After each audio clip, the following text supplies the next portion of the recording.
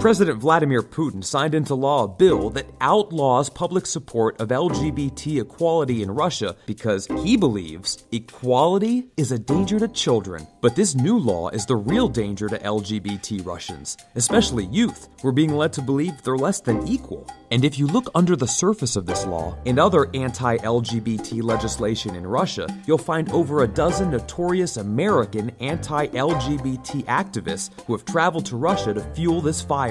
Meet Brian Brown. He's the president of the group behind Prop 8 and anti-LGBT legislation across the U.S. He went to Russia last year to push Russia on anti-LGBT policies that defend children and their normal civil rights. Next up, Scott Lively, an evangelical preacher who's made a career out of exporting anti-LGBT bigotry. He claims that gay men are to blame for the Holocaust. He advocated for the Kill the Gays bill in Uganda, and he claims his 50-city tour of the former Soviet Union is responsible for Russia's recent anti-LGBT laws. And then there's Paul Cameron. He was kicked out of the American Psychological Association for his sham science. This is a guy who just makes up facts.